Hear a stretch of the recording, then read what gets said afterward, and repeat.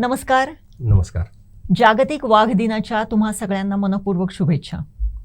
खरं तर असं म्हणताना थोडंसं मवाळ वाटतंय, कारण वाघ दिनाच्या आणि शुभेच्छा असं जेव्हा आपण म्हणतो त्यावेळेस त्यामध्ये कुठेतरी विरोधाभास दिसून येतो. वाघ म्हटलं की थरकाप हाच शब्द खरं तर साजेसा होतो. आपण कुठेतरी जात असलो आणि वाघाने समोर अचानक जर उडी मारली तर आपलं काय होईल हे आपण स्वतः जाणवू शकतो, किंवा ते आपण अनुभव जर केला तर अंगाचं पाणी पाणी होते. परंतु अशाच वेगवेगळ्या वाघ प्रकल्पांमध्ये काम केलेली एक व्यक्ती आज आपण आपल्या स्टुडिओमध्ये आमंत्रित केलेली आहेत, आणि ते आहेत सुभाष पुराणिक. पुराणिक साहेब, तुमचं खूप खूप स्वागत आहे. नमस्कार. सुभाष पुराणिक यांनी 21 वर्ष वेगवेगळ्या जैवविविधता आणि वन्य जीवांवरती काम करणाऱ्या समित्यांवरती काम केलेलं आहे. ते सह्याद्री व्याघ्र प्रकल्पामध्ये देखील कार्यरत होते. साताऱ्याला जो काही सह्याद्री व्याघ्र प्रकल्प सुरू होता त्यामध्ये त्यांनी बरीच वर्ष काम केलेलं आहे. स्वतः पुराणिक साहेब सावंतवाडीचे सुपुत्र आहेत. त्यांनी जवळजवळ 1000 वेगवेगळी लेक्चर्स जैवविविधता आणि इथलं जे काही निसर्ग जो आहे त्याच्यावरती वेगवेगळ्या शाळांमध्ये, कॉलेजेसमध्ये, गावांमध्ये दिलेली आहेत. आणि एकूणच वाघ संवर्धनासाठी काय करायला पाहिजे आणि शासनाकडून काय प्रयत्न होत आहेत आणि त्यांचे स्वतःचे काय अनुभव आहेत या संदर्भामध्ये आज आपण पुराणिक साहेबांबरोबर बोलणार आहोत आजच्या जागतिक व्याघ्र दिनाच्या निमित्ताने. पुन्हा एकदा खूप खूप स्वागत आहे. नमस्कार. पुराणिक साहेब, आपण वाघ म्हटलं की आपल्याकडे कोकणामध्ये वाघ इलो, डोंगरामध्ये वाघ असा, किंवा एखाद्या गुराढोरांवरती वाघाने हल्ला केला असं आपण नेहमी ऐकतो. सगळ्यात पहिल्यांदा वाघ आणि आपल्याकडे आढळणारे बिबट्या ह्याच्यामध्ये फरक काय आहे? कारण वाघ हा जनरली म्हणण्याचा शब्द आहे, लोकांना माहिती नसते खरंच तो वाघ आहे, आणि मग त्याच्यामधून अनेक संभ्रम निर्माण होतात. सर्वप्रथम मी जागतिक व्याघ्र दिनाच्या सर्वांना शुभेच्छा देतो. कोकणामध्ये आम्हाला लहानपणापासून वाघ आणि बिबट्या हा शब्द सुशिक्षित मराठी समाजाने दिलेला आहे. प्रत्यक्षात इतका त्याचा अपमान कुठेच झाला नसेल, इतक्या ठिकाणी मी फिरलो, पण कोकणा इतकं बिबट्याला कुत्रे वाघोट ह्या शब्दात दुसऱ्या कोणीच कुठे म्हटलेलं आढळलेलं नाही. त्यामुळे इथे वाघ आणि बिबट्या ह्याच्यात वेगळा फरक आम्हाला करून सांगावा लागला नाही. मात्र इतर जिल्ह्यात ही परिस्थिती नाही आहे. कुठेही जरी काही 4 चाकाचं 4 पायाचं एखादं जनावर आलं, त्याला नखं असली, कुठे पंजे उठले तर लगेच वाघ आला अशी आवई आजही उठवली जाते. प्रत्यक्षात ज्या ठिकाणी ओसाड भाग आहे त्या भागात तरस, लांडगे, कोल्हे असे फिरलेले असतात. त्याच्यापेक्षा जरा रान थोडंफार झाडोरा भाग आला तर त्या ठिकाणी बिबट्या असू शकतो. मात्र आपल्या ह्या भागामध्ये सहज दिसेल असा वाघाचा अधिवास शिल्लक राहिलेला नसल्यामुळे ह्या भागात अगदी सहज वाघ हा प्राणी आढळून येईल अशी परिस्थिती सध्या तरी दिसून येत नाही. जेव्हा आपण असं म्हणतो, आपण बरेच वेळेस आता ऐकतो की व्याघ्र प्रकल्प किंवा वाघांच्या संवर्धनासाठी हे काम होतंय, किंवा वाघांची संख्या वाढावी म्हणून काम होतंय. नक्की काय चाललंय? हे काम होतंय म्हणजे नक्की काय सुरू आहे? आपल्या इकडे 1972ला एक वन्यजीव संरक्षण अधिनियम हा कायदा काढण्यात आला. यापूर्वी असं लक्षात आलं की फार मोठ्या प्रमाणात शिकारीपायी आणि विविध कारणांपायी या वन्यजीवांची फार मोठ्या प्रमाणात हत्या होत आहे, आणि त्यांचा घट्टी संख्या लक्षात घेता त्यांना योग्य ते प्रकारे संरक्षण दिलं जावं आणि ह्याला कायदेशीर पाठबळ मिळावं म्हणून 1972 साली हा कायदा अंमलात आणण्यात आला. याचा परिणाम असा झाला की शिकारीला ताबडतोब बंदी आली, आणि त्यामुळे जे प्राणी शिल्लक होते ते सुखाने जगायला तरी सुरुवात झाली. त्याच्यानंतर पुढे अशी परिस्थिती आली की लक्षात आलं की जगामध्ये वाघाची संख्या, जे पूर्वपार वाघ एकूण मिळून 9 प्रजाती आपल्याकडे होत्या, त्यातल्या 3 प्रजाती आज ह्या पृथ्वी तलावर नामशेष झालेल्या आहेत. उरल्यात 6 प्रजाती, आणि त्या 6 प्रजातीपैकी सगळ्यात मोठी संख्या असणारी रॉयल बेंगाल टायगर नावाची जी प्रजाती आहे ती आज आपल्याकडे भारतात आढळते, आणि ती प्रजाती टिकवून ठेवण्यासाठी काहीतरी केलं पाहिजे या दृष्टीने 1973 पासून आपल्या इकडे प्रोजेक्ट टायगर नावाचा एक प्रकारचा प्रकल्प हाती घेण्यात आला. आणि ह्या प्रकल्पात सुरुवातीला 9 जे काही ठिकाणं होती त्या अभयारण्याचं व्याघ्र प्रकल्प असं नामाभिमान करून, म्हणजे त्याच्यात ताडोबा होता, कान्हा होता, अशा प्रकारचं हे ठेवून त्या ठिकाणी वाघांना संरक्षण देण्यात आलं. पुढे त्याच्यात बदल होत आणि वाढ होत आज रोजी आपल्याकडे एकूण मिळून भारतामध्ये 54 व्याघ्र प्रकल्प आहेत. बरं. 54 व्याघ्र प्रकल्प आहेत. व्याघ्र प्रकल्पाचं एक सोप्या भाषेत सांगायचं म्हटलं तर पृथ्वीवर असणाऱ्या या भूभागातल्या जो भाग आहे तो वन्यजीवांसाठी जो राखून ठेवला जातो तो त्याला संरक्षित क्षेत्र असं म्हटलं जातं. आपल्या भारतामध्ये असणाऱ्या संपूर्ण 100% जमीनपैकी आज रोजी आपल्याकडे साधारणतः 5% पेक्षा थोडा जास्त भूभाग हा वन्यजीवांसाठी राखीव ठेवण्यात आलेला आहे, म्हणजे त्याला संरक्षित क्षेत्र म्हटलं जातं. अशा संरक्षित क्षेत्रामध्ये सर्वप्रथम जी निर्माण केली जातात ती अभयारण्य असतं, राष्ट्रीय उद्यान असतं किंवा संवर्धन राखीव असतं किंवा कम्युनिटी राखीव, म्हणजे ज्याला आपण समाजामार्फत राखवलं जातं ते कम्युनिटी रिझर्व म्हणून ठेवलं जातं. आणि या सर्व गोष्टीवर एकत्रित करून जो एरिया मार्क केला जातो त्याला व्याघ्र प्रकल्प असं नाव दिलं जातं. प्रत्यक्षात लोकांच्या दृष्टीने आणि प्राण्यांच्या दृष्टीने यातल्या माझ्या दृष्टीने सुद्धा ह्याला काय फार मोठं महत्त्व म्हणत नाही. याचं कारण म्हणजे वन्य प्राणी जिथे आढळतात तिथल्या भागाला प्रोटेक्शन मिळणं ही यातलं महत्त्वाचा विषय असतो. आता संरक्षित क्षेत्रामध्ये अभयारण्य जो प्रकार असतो ह्या अभयारण्यामध्ये सर्व प्रजातीला बऱ्यापैकी प्रोटेक्शन दिलेलं असतं. कुठलीही गोष्ट करायची असेल तर त्याला बंदी असते. त्याच्यापेक्षाही जरा जास्त बंदी असते ती राष्ट्रीय उद्यानामध्ये असते. आणि राष्ट्रीय उद्यानाच्या नंतर जो व्याघ्र प्रकल्प निर्माण होतो तेथे व्याघ्र प्रकल्पामध्ये 2 भाग असतात, एक कोर भाग आणि बफर भाग. जो कोर भाग असतो हा कोर भाग सर्वसाधारणपणे कुठची तरी अभयारण्य किंवा राष्ट्रीय उद्यान असं असतं, म्हणजे ऑलरेडी त्याला एक प्रकारचं संरक्षण मिळालेलंच असतं. त्यातला फक्त एक विशेष वैशिष्ट्य असं असतं की व्याघ्र प्रकल्पातल्या अभयारण्य आणि राष्ट्रीय उद्यानं हे जे कोर भाग असतात तिथल्या माणसांचं पुनर्वसन दुसरीकडे करण्यात जातं आणि पूर्णपणे निर्मनुष्य तो भाग सांभाळावा लागतो आपल्याला. आता सध्या जर बघायला गेलं तर वाघ हा सगळ्यांच्या मनात येतं की वाघ हा कसा वाचवायला पाहिजे. तर वाघ ही एक मोठी अम्ब्रेला स्पेसीज सारखी एक स्पेसीज आहे. ही जर स्पेसीज आपण वाचवायला गेलो, हा वाघ ज्या जंगलात असतो त्या जंगलाचं संपूर्ण वातावरणच वाघ असणं या एका गोष्टीने बदललेलं असतं, खुलवून गेलेलं असतं. वाघ त्या भागात असला की सर्व प्राणी आपापल्या, म्हणजे दुसऱ्या उदाहरण द्यायचं म्हटलं तर हेडमास्टर जेव्हा अचानक बाहेर फिरत असतात तेव्हा विद्यार्थ्यांची जशी वागणूक असते तशा प्रकारे त्या जंगलात वाघ असेल तर इतर सर्व प्राणी पशुपक्षी यांची वागणूक आपल्याला आढळते. आणि हेच महत्त्वाचं गोष्ट आपल्या महाभारतात सुद्धा सांगितलेली आहे. ज्या ठिकाणी फॉरेस्ट आहे त्या ठिकाणी वाघ जगले तर फॉरेस्ट जगणार आहे आणि फॉरेस्ट जगलं तर वाघ जगणार आहेत. आणि म्हणून आपल्याला वाघ हे एक प्राणी वाचवायचा प्रयत्न केला तर वाघाला लागतं तृणभक्षक प्राणी. तृणभक्षक प्राणी जर आपल्याला जगवायला हवेत तर त्यांना लागतं गवत. गवत जर जगलं तर त्याच्यावर अतोनात कीटक जगतात. कीटक जगले तर त्याच्यावर फार मोठ्या प्रमाणात पक्षी जगतात. आणि हे सगळं जगलं, वनस्पती वृक्षराजी सगळी शिल्लक राहिली तर त्या ठिकाणी बऱ्यापैकी पर्जन्यमान राहतं. पर्जन्यमान राहिलं तर पाणी राहतं. आणि म्हणून एक वाघ वाचला तर इतके सगळं हे संपूर्ण निसर्ग हा अतिशय सुखने राहू शकतो. आणि म्हणून ज्या ज्या भागात वाघ आढळतो तो भाग अतिशय पर्यावरणासाठी पूरक असा दिसून येतो. आता व्याघ्र प्रकल्प हे तसं बघायला गेलं तर एक प्रकारचा टेक्निकल वर्ड आहे आणि फंडिंग सोर्स आहे. या ठिकाणी कामाच्या प्रथांमध्ये फरक असतो, पण सामान्य जनतेच्या दृष्टीने जर विचार केला व्याघ्र प्रकल्प झाला तर काय होऊ शकतं, व्याघ्र प्रकल्प झाला तर काय अडचणी येतात असा लोकांना प्रश्न पडतो. प्रत्यक्षात आज रोजी आपल्याकडे ब्रिटिशांची कृपा आहे की ज्यांनी आपली बरीचशी जमीन राजे महाराजांकडनं जी प्राप्त झाली ती राखीव वन या सदरात राखून ठेवली. ही राखून ठेवलेली जी जमीन होती आणि म्हणूनच रत्नागिरी जिल्ह्यात राजेशाही नव्हती, परिणामी तिथे कुठेही जंगल जमीन आज आपल्याला दिसून येत नाही. मात्र सिंधुदुर्ग जिल्ह्यामध्ये सावंत भोसले यांचं राजघराणं होतं, त्यांच्या जमिनी आपल्याकडे आल्या आणि म्हणून आपल्याकडे कमीत कमी 10% तरी जमीन आज वनजमीन म्हणून म्हटली जाते. प्रत्यक्षात या दोन्ही जिल्ह्यामध्ये 50%पेक्षा जास्त हिरवळ आहे, बऱ्यापैकी ग्रीनरी आहे, बऱ्याचसे जैवविविधतेचे घटक इथे आढळतात. परंतु ज्याला शास्त्रीयदृष्ट्या आणि कायदेशीरदृष्ट्या प्रोटेक्शन मिळू शकतं अशी जी जमीन असते ती वनजमीन असते आणि तिच्यामुळे तिचा वाढ होणं आणि तिच्यामध्ये प्रोटेक्शन होणं आजच्या घडीला काळाची गरज आहे.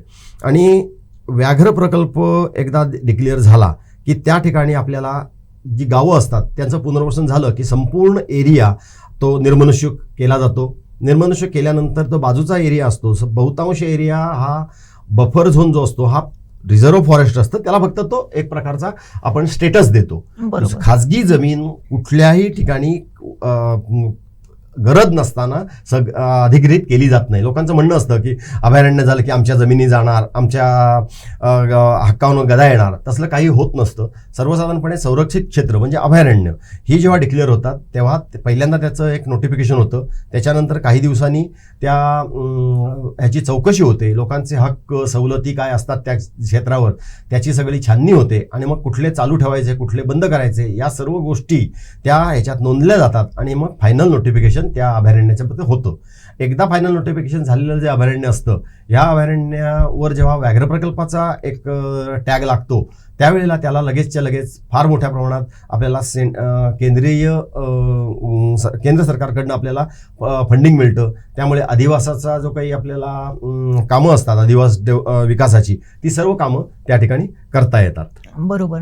आता ही सगळी तांत्रिक माहिती झाली की बाबा कशा पद्धती म्हणजे अभयारण्य काय, राष्ट्रीय उद्यान काय, किंवा अशा पद्धतीने कशा पद्धतीने त्याचं सगळं रचना केली जाते. एकूणच आपण जसा टायगर कॉरिडॉरचा एक उल्लेख केलात की टायगर कॉरिडॉर हा शब्द आपण गेली कित्येक वर्ष सिंधुदुर्ग जिल्ह्यासाठी ऐकतोय की आपण हे म्हणजे कर्नाटकच्या सीमेवरचं असलेलं दांडेलीपासून आंबोली, राधानगरी इथपासून कराड साताऱ्यापर्यंत म्हणजे चांदोलीच्या याच्यापर्यंत एक टायगर कॉरिडॉर आहे आणि तो संरक्षित करायला पाहिजे म्हणून काही गोष्टी मध्यंतरी केल्या गेल्या होत्या. मुळात आधी टायगर कॉरिडॉर काय आहे आणि आपल्या सिंधुदुर्ग जिल्ह्यातून जाणारा हा जो काही टायगर कॉरिडॉर आहे त्याच्या संदर्भामध्ये आपण काय करतोय सध्या? आपल्याकडे सह्याद्रीच्या ज्या उत्तर भागातली पर्वतरांगा आपल्याकडे आहेत महाराष्ट्रामध्ये, या ठिकाणी आढळणारा जो वाघ आहे हा पूर्वापार वाघ हा फिरतीचा वाघ होता. जसा विदर्भातला आणि मध्य भारतातला जे वाघ आहेत हे त्या भागात राहिलेले वाघ आहेत, तसं आपल्या इकडचा वाघ नव्हता. म्हणजे मी 1997-98ला जेव्हा महाबळेश्वरला होतो त्यावेळेला मी तिथे वाघ प्रत्यक्ष वाघ महाबळेश्वरमध्ये बघितलेले आहेत. त्याच्यानंतर मी 96च्या दरम्यान कोयनेत होतो तेव्हा कोयनेत वाघ बघितलेले आहेत. 95च्या दरम्यान दाजीपूरला होतो तेव्हा वाघ बघितलेले आहेत. आणि त्याच्यानंतर 2009-10 त्या 16-17 या काळामध्ये आंबोलीच्या भागात सुद्धा वाघाचे पूर्णपणे अस्तित्वाचे पुरावे आपल्याला मिळालेले आहेत. आणि आजकाल तर कॅमेरा ट्रॅपची प्रथा आलेली असल्यामुळे आज आपल्याकडे ह्या संपूर्ण भूभागामध्ये 8 वाघ असल्याचं निष्पन्न झालेलं आहे. प्रत्यक्षात वाघ जे आहेत हे वाघ कर्नाटकातून निघतात. वाघाचं जर जीवनमान म्हटलं तर बघता येतं की माद्या ज्या असतात ह्या माद्या सर्वसाधारणपणे 4 वर्षानंतर वयात आल्यानंतर पिल्लं देतात. ही पिल्लं साधारणतः त्यांच्या 3 ते 3.5 महिन्यांच्या गर्भारपणानंतर आपल्याला दिसू शकतात. 3 महिने पिल्लं झाडीत लपून ठेवल्यानंतर ही पिल्लं बाहेर काढली जातात. मग मादी त्यांना जवळजवळ 20 महिने बरोबर वागवते आणि त्या काळामध्ये ती त्या पिल्लांना शिकार कशी करतात ते शिकवते, मांस कसं खायचं, कसं लपायचं हे सगळं शिकवते. दुर्दैवाने जर लवकर मादीचा मृत्यू झाला तर ही जी लहान पिल्लं असतात ती त्यांचं शिक्षण अपूर्ण राहतं आणि पर्यायाने ती मनुष्याला घातक सुद्धा ठरू शकतात. त्यामुळे ही पिल्लं जी मोठी होतात ही पिल्लं 2 वर्षानंतर मादी परत वाफेवर येते आणि ही पिल्लं मोठी होऊन बाजूला जातात. सर्वप्रथम नर बाजूला जातात. मादी काही वेळेला आपल्या मुलींसाठी दुसरी जागा तयार करून आपल्याच भागात देते. नराचं मात्र तसं नसतं. एका मादीचं जे क्षेत्र असतं अशा 4-5 माद्यांचं क्षेत्र तो नर फिरत असतो. आणि त्यामुळे कर्नाटकातला जे वाघ होते ते आपल्या डोंगराच्या रानाच्या हद्दीने म्हणजे जसं जंगलाचं दाटपणा आहे त्याप्रमाणे कर्नाटकातून निघून आंबोली या भागात चंदगड आंबोली, चंदगड, पारगड असं करत राधानगरी अभयारण्यात जायचे. तिथे अभयारण्यच असल्यामुळे तिथे प्रोटेक्शन होतंच ऑलरेडी जंगलाला. त्यामुळे तिथनं पुढे मग पुढच्या भागामध्ये विशाळगडच्या भागात जाऊन तिथनं ते चांदोली भागात प्रवेश करत. चांदोली भागात प्रवेश केल्यानंतर त्या भागातनं ते मादीच्या शोधार्थ पुढे कोयनेमध्ये जात आणि कोयनेतून पुढे दाट जंगल असलेला भाग महाबळेश्वरचा असतो त्या भागामध्ये जात असत. आणि तिथनं परत त्यांचा वेणीचा जो हंगाम असतो त्या काळामध्ये ते मादी बघायला फिरायला जात आणि परत येत. हा जो कालावधी असतो ह्या 4-1 महिन्याच्या कालावधीत आपल्याला या भागामध्ये वाघाचे अस्तित्वाचे पुरावे मिळालेले आहेत. आता ज्या वेळेला हे वाघ असे फिरत जातात आणि परत येतात त्यावेळेला मध्ये त्यांना कुठेही अडचण नाही आली पाहिजे. कारण वाघ हा बिबट्यासारखा लपून छपून म्हणजे मराठी भाषेत म्हटलं तर चिंदीचोरपणा करणारा प्राणी नाही. वाघ हा खरोखरच वाघ असतो. जर जंगलामध्ये अन्न जेव्हा कमी असतं त्यावेळेला जास्त धडपड न करता सरडे, पाली, बेडूक, उंदीर असं खाऊन बिबट्या जगू शकतो. वाघाला मात्र असं जगणं सहसा आवडत नाही आणि तो प्रिफर करत नाही. त्याला धावत पळून जाऊन सांबराची शिकार करणं, हरणाची शिकार करणं असंच जास्तीत जास्त प्रिफर करतो. गव्याला मारतो. आपल्या भागात सुद्धा मी गव्याचे फोटो अनेक वेळा काढलेले आहेत की वाघान मारलेले. पण हा जो वाघ इकडनं तिकडे जे जातो, साऊथकडनं नॉर्थकडे येणं, यासाठी जे काही जंगल होतं ते रिझर्व्ह फॉरेस्ट जेवढं फॉरेस्टच्या ताब्यात आहे ते आज रोजी इंटॅक्ट आहे किंवा ते तसे आहे तसंच्या तसं आहे. त्याची घनताही वाढलेली आहे. परंतु आज जे लोक सतत म्हटलं जातं की जंगल कमी झालं, ही बाब खरी आहे. पण लोकशाहीमध्ये आपण लोकांचं कमी होणारं जंगल कोणत्या प्रकारे थांबवणार हा प्रश्न आहे. कारण माझ्याकडे जमीन आहे, माझ्याकडे 2 मुलं आहेत, मी 2 मुलांना ती जमीन वाटून दिली की ते तिथे शेतीसाठी साफ करणार आणि आपल्याला आवश्यक ती लागवड करणार. त्याला बंधन आपण घालू शकत नाही. मात्र अशा प्रकारे कमी झालेल्या जंगलामुळे साऊथकडनं नॉर्थकडे जाणारे जे काही वाघ होते त्यांचं प्रमाण घटलं आणि 2011 नंतर 2019 पर्यंत आपल्या कोयना व्याघ्र प्रकल्पामध्ये एकाही वाघाची नोंद झालेली नाही. व्याघ्र प्रकल्पाची सगळी कामं व्यवस्थित चालू होती, पण वाघाची मात्र तिथे अस्तित्व मिळून आलेलं नाही. नंतर काही काळामध्ये चांदोलीच्या अभयारण्यामध्ये मिळालं आणि त्याच्या साऊथला असणाऱ्या राधानगरीमुळे गेले 2 वर्ष व्यवस्थित मिळतंय. आणि आंबोली, तळकट, दोरामार्ग ह्या भागामध्ये मात्र कंटिन्युअस गेले 20-25 वर्ष वाघाचं बऱ्यापैकी वास्तव्य आहे. आता वाघ जर जगायचा झाला तर त्याला हे तृणभक्षक प्राणी लागतात. तृणभक्षक प्राणी जर पाहिजे असतील तर तिथे गवताळ आणि मोकळी जागा लागते. असं आपल्याकडे ठिकाण फार कमी असल्यामुळे आणि वाढती लोकसंख्या, शेतीसाठी करण्यात येणारी झाडतोड आणि पोटा पाण्यासाठी दुसरा कुठलाही उद्योग नाही म्हणून आपल्या जमिनीवरची झाडं तोडून विकणे आणि त्यातनं पैसा मिळवणे ही जी आपल्याकडची प्रथा आहे, यामुळे जी काही थोडाफार प्रमाणात आधार आडोसा असतो तो कमी झाला. त्यामुळे वाघाची मुवमेंट थांबली आणि पर्यायाने आपल्याकडे वाघांची संख्या फार कमी झाली.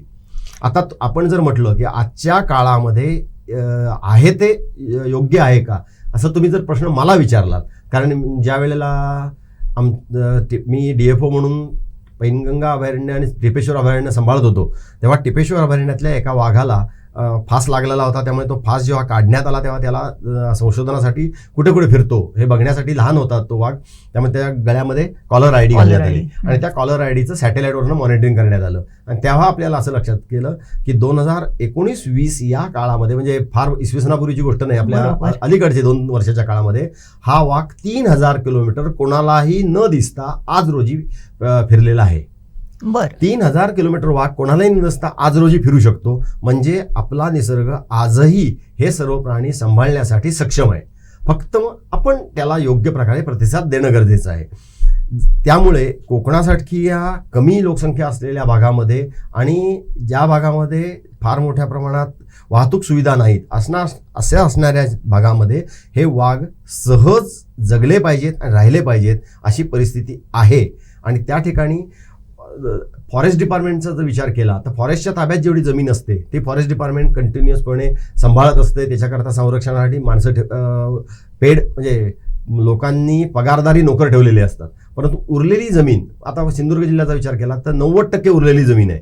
त्या जमिनीमध्ये काय कसं करावं ह्याचं बंधन सहसा कोणी घालू शकत नसल्यामुळे आपल्याला थोड्याफार प्रमाणामध्ये वाघांचा जो अधिवास होतो त्याला त्रास होतोय किंवा तो कमी होतोय असं म्हणावं लागेल. बरोबर. आता जसं तुम्ही म्हणालात की वाघांच्या अधिवासासाठी पोषक जे काही आहे किंवा म्हणजे गवत वाढायला पाहिजे किंवा तद अनुषंगिक तृण भक्षक किंवा तृण असे जे काही हे आहेत, हरिण, सांबर असे जे काही प्राणी आहेत त्यांची पैदास किंवा त्यांची वाढ व्हायला पाहिजे, जेणेकरून ह्या वाघाचं जे काही भक्ष्य आहे ते त्याला तिथल्या तिथे मिळेल आणि तो तिथे कुठेतरी स्थिरावेल. आता जसा कॉरिडॉरचा तुम्ही उल्लेख केलात, आंबोली म्हणजे तिथे आता चांदोलीच्या ह्याच्यामध्ये हल्ली दिसला किंवा काही वर्ष दिसलाच नाही असं जेव्हा तुम्ही म्हणता, त्याच्या अगेन्स्ट आपण आंबोलीमध्ये तिलारीच्या आता जंगल जे काही बऱ्यापैकी आता डेव्हलप झालेलं आहे तिथे आपण गेली काही वर्ष सातत्याने वाघ जो काही आहे किंवा आपण जो कॅमेऱ्यामध्ये आपण ट्रॅप करू शकतोय ते आपण बघतोय. आता सध्या सिंधुदुर्ग जिल्ह्यामध्ये किंवा आपण हा एकूणच जो काही परिसर आहे दांडेली, सिंधुदुर्ग असं आपण गृहीत धरूया किंवा तिलारी, किती वाघांची संख्या आहे आणि हे जर तृण म्हणजे असे हरिण, सांबर असे जे काही वाघाचे भक्ष्य आहे ते जर वाढवायचे असतील आणि वाघाला तिथे जर स्थिरावायचं असेल तर काय करायला पाहिजे आणि अशा प्रकारची काही योजना असते का? आपल्या ह्या भागामध्ये जो वाघ आढळतात हे वाघ बहुतांश फिरतीचे असतात आता मी म्हटल्याप्रमाणे. पण त्यांची ह्या ठिकाणी कायमस्वरूपी मुक्काम करण्याची तयारी होण्यासाठी आपल्याकडे मोठेच्या मोठे जंगलाचे पॅच असणं आवश्यक आहे. आणि हे जंगलाचे पॅच आपण जर बघितले तर आंबोली चौकुळ ह्या भागामध्ये असे मोठे पॅच आहेत. उरलेल्या ठिकाणी तुम्ही जसे जसे उत्तरेकडे जाल तसतसे लोकांनी घाटमाथ्यावरची जो भाग आहे हा ऊसासाठी, फार्म हाऊससाठी साफ केलेला दिसतो. चांदोली वगैरे ह्या परिसरात तर त्या भागामध्ये खाणींचं साम्राज्य आहे. आणि त्यामुळे ह्या भागामध्ये आपल्याला अशी सपाटी आणि त्या ठिकाणी वाढणारं गवत दिसून येणार नाही. पर्यायाने त्या ठिकाणी तृणभक्षक प्राणी निर्माण होऊ शकत नाहीत, राहू शकत नाहीत. पर्यायाने त्यांना खाणारा हा जो वाघ आहे हा प्राणी त्या ठिकाणी राहू शकत नाही. त्यामुळे कोयना आणि चांदोली हे आज रोजी आपल्याला फार मोठे वाघाचे अस्तित्वासाठी भूभाग म्हणावे लागतील. आणि या भागामध्ये वाघ स्थिरावण्यासाठी आजूबाजूच्या क्षेत्रातली वृक्षतोड पूर्णपणे बंद होणं गरजेचं आहे. आता माझ्या जमिनीमध्ये जर आज वृक्ष असतील आणि तुम्ही मला सांगितलं की मी तोडायचं नाही, मी काय खायचं, हा प्रश्न आज आपल्याला पडू शकतो. मग त्यावेळेला नुसतं सरकारने प्रत्येक गोष्ट करावी हे म्हणण्यापेक्षा ज्यांना कोणाला आज जंगलाबद्दल आवड वाटते त्यांनी कॉर्प्स फंड काढून का नाही त्या लोकांना देऊ शकत, असं माझं वैयक्तिक म्हणणं आहे. की त्यांनी कॉर्प्स फंड काढावे आणि त्या लोकांना बा तू हे जंगल तोडू नकोस, मी तुला वर्षाला एवढे पैसे देत जाईन, 10 वर्षानंतर तोडून तुला एवढे मिळणार, त्यावर्षी दरवर्षी मी त्यातले 10% आम्ही तुम्हाला देत जाऊ, असं जर म्हटलं तर लोक निश्चितच, कारण पैशासाठीच जंगल तोडवते, या व्यतिरिक्त कुठलाही त्या तोडण्यामागे हेतू नसतो. जर त्यांना पैसे मिळाले तर तसं तसं ठेवतील. आज CSR खाली बरेच ठिकाणी आपल्याला पैसे दिसून येतात कंपन्यांकडचे, त्या CSRचे पैसे असे वापरता येतील. आणि बाबा हे एवढं ह्या ट्रॅकमधलं जे काही जंगल आहे हे न तोडता ठेवा, या पद्धतीने तुम्ही जर जंगल ठेवलं तर तुम्हाला ह्याचे एवढे पैसे मिळतील. खरंच कोकणातली लोक अशा प्रकारे जंगल वाचवतील आणि त्यातनं जर पैसे मिळाले तर. परंतु तसं करताना आपल्याकडे आता नवीन योजना यायला लागलेल्या आहेत. सरकारचा विचार त्या दृष्टीने चालू आहे, कार्बन क्रेडिट ह्या संदर्भातला त्या चालू आहे. पण त्याचबरोबर ज्या भागामधनं वन्य प्राण्यांची सहज हालचाल किंवा फिरती आहे, स्थानिक लोकांना माहिती असतं, गावातल्या लोकांना माहिती असतं, तो भाग कोणत्याही परिस्थितीत राखीव ठेवला पाहिजे. याच्यासाठी योग्य प्रकारे क्षेत्राचा अभ्यास होऊन तो क्षेत्र राखून ठेवण्यासाठी कायदेशीर बंधनं येणं पाहिजे. कारण कॉरिडॉर हा शब्द बहुतांश अभ्यासक आणि वन्य प्राण्यांच्याबद्दल इंटरेस्ट असणाऱ्या लोकांच्या मध्ये जातो.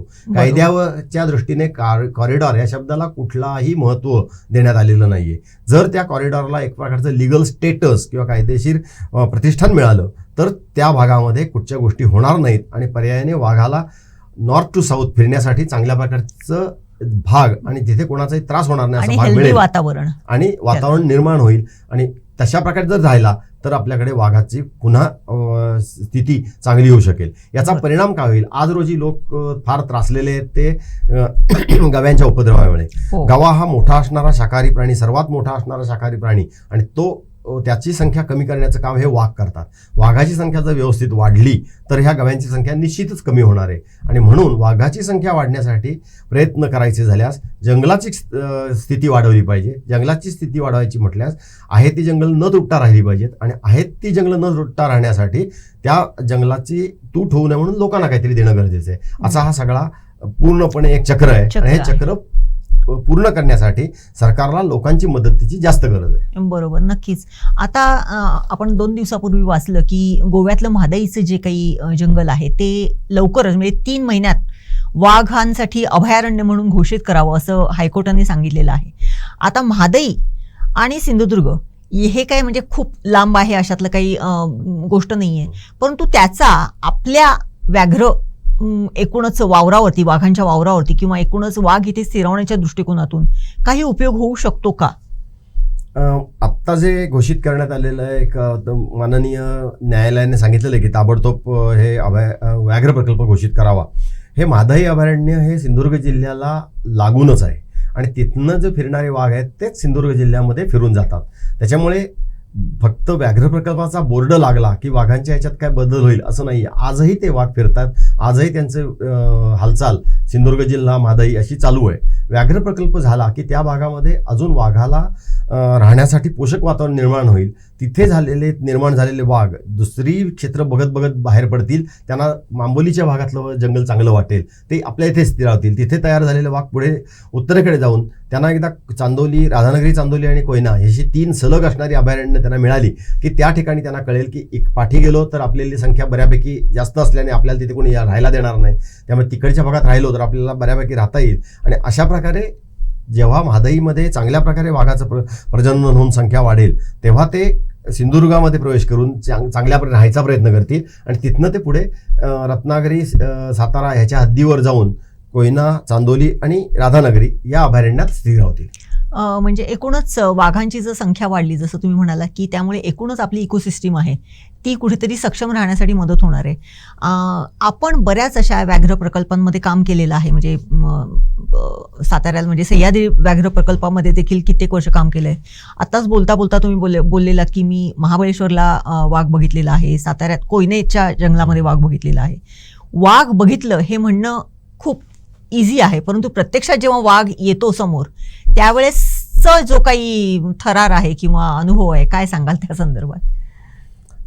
कोयना किंवा राधानगरी, कोयना आणखीन महाबळेश्वर ह्या भागामध्ये जरी आपल्याला कधी वाघाची चाहूल लागली किंवा वाघ दिसला तरी त्या ठिकाणी हमखास वाघ दिसेल अशी गॅरंटी नसल्यामुळे मनाला तेवढं काही फार मोठ्या प्रमाणात असं टेन्शन कधी फिरताना नसायचं.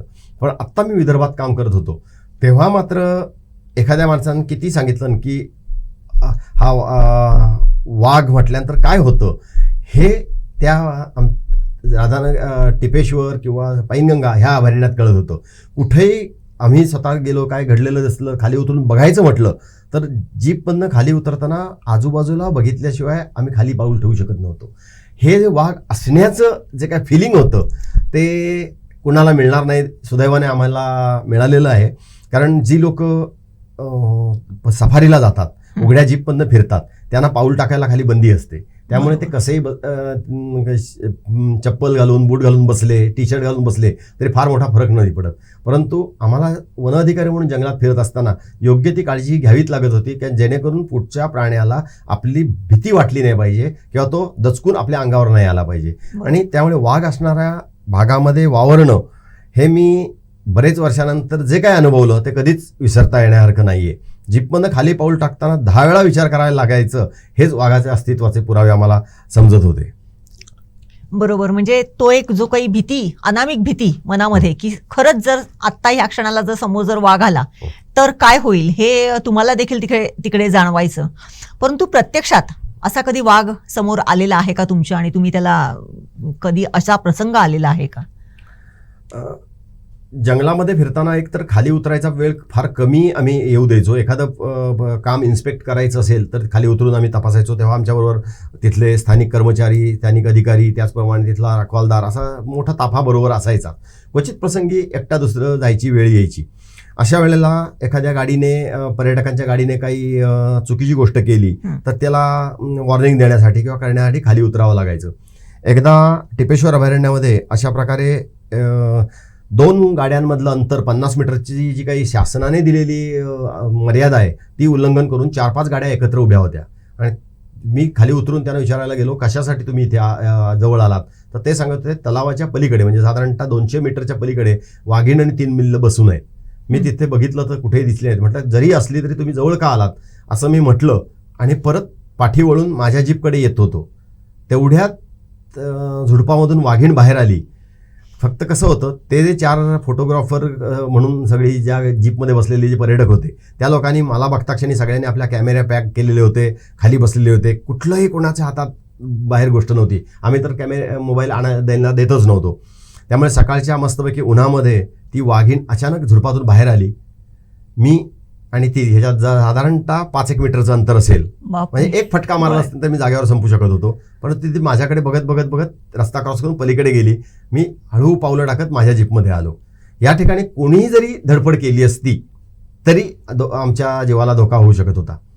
हे असे प्रसंग येऊ शकतात आणि म्हणूनच पर्यटकांना खाली उतरायला बंदी घातलेली असते. बरोबर, पर्यटक जेव्हा जातात सफारीला तेव्हा. बरोबर. आता जे तुम्ही सांगितलं की ती तुमच्याकडे बघत गेली आणि तुम्ही हळूहळू पावलं टाकत तुमच्या गाडीपर्यंत आलात, तुमच्या जीपमध्ये बसलात, हेच कुठेतरी असते किंवा जेव्हा वन्यजीव जेव्हा समोर येतो त्यावेळेस रिॲक्शन जी असते माणसाची ती फार इमिजिएट असते आणि तो तिथून धावण्याचा किंवा काहीतरी करण्याचा प्रयत्न करतो आणि त्या वन्य प्राण्याला असं वाटतं की हा आपल्यावरती हल्ला करतोय की काय, आणि त्याच्यातूनच हे काही सगळे प्रकार घडत असतात. एखाद्यावरती हल्ला होणं किंवा हल्ला करणं हे कदाचित असं होत असेल. परंतु थोडीशी माहिती तुम्हाला त्यातली असल्यामुळे तुम्ही सावध झालात, शांत राहिलात आणि कदाचित तो फार मोठा असा जो क्षण होता तो निघून गेला असं म्हणायला हरकत नाही. एकूणच आज जागतिक वाघ दिनाच्या निमित्ताने सुभाष पुराणिक साहेबांनी आपल्याला खूप छान अशी माहिती दिली. स्वतः त्यांनी व्याघ्र प्रकल्पामध्ये काम केलेलं आहे, त्यामुळे वाघांच्या जवळ जाताना किंवा त्यांच्या समोरून जेव्हा वाघीण गेली तेव्हाचा जो काही प्रसंग आहे तो त्यांनी आता खूप सहजतेने सांगितला, परंतु त्यावेळेस त्यांच्या मनामध्ये जी काही हलचल झालेली असेल ती तेच स्वतः अनुभवू शकतात किंवा ते त्या संदर्भामध्ये काय झालेलं होतं ते त्यांनी ते जाणवलेलं असेल. एकूणच वाघ जर वाढला, एका वाघामुळे काय होऊ शकते याचेही खूप सुंदर विवेचन त्यांनी केलेले. एक वाघ जर असेल तर त्या अनुषंगाने तिथली वनस्पती, वन्यराजी जी काही वाढते, तिथले तृणभक्षक वाढतात आणि एकूणच त्यामुळे आपले पूर्ण इकोसिस्टीम कशा पद्धतीने संरक्षित होऊ शकते हे केवळ एका वाघाच्या किंवा वाघाच्या तिथल्या अधिवासामुळे जर शक्य होऊ शकते तर आपण ते निश्चितच करण्याची गरज आहे. आपण आज म्हणतोय की जंगलतोड होते, वृक्ष कमी होत चाललेले आहेत, सह्याद्रीतलं जे काही सह्याद्री पट्ट्यात भरपूर वृक्षतोड झाल्यामुळे अनेक गोष्टींचा सामना माणसांना करावा लागतोय. परंतु हे जर थांबवायचं असेल तर काय करायला पाहिजे याच्यासाठी सुद्धा खूप चांगलं मार्गदर्शन पुराणिक साहेबांनी केलेलं आहे. या दृष्टीने जर प्रयत्न झाला तर आपण सिंधुदुर्ग जिल्ह्यातली वाघांची संख्या जर वाढली तर ॲटोमॅटिक इथलं जे काही निसर्ग सौंदर्य, इथली इकोसिस्टीम, इथलं पर्यावरण राखण्यासाठी मदत होणार आहे आणि हाच आपण भविष्यामध्ये हे होईल अशी आशा करूया. पुराणिक साहेब, तुम्ही आज आलात आणि आम्हाला खूप चांगली अशी माहिती दिली, त्याबद्दल संपूर्ण कोकण सरलाईव्हच्या परिवारातर्फे मी तुमचं खूप खूप आभार मानते. धन्यवाद.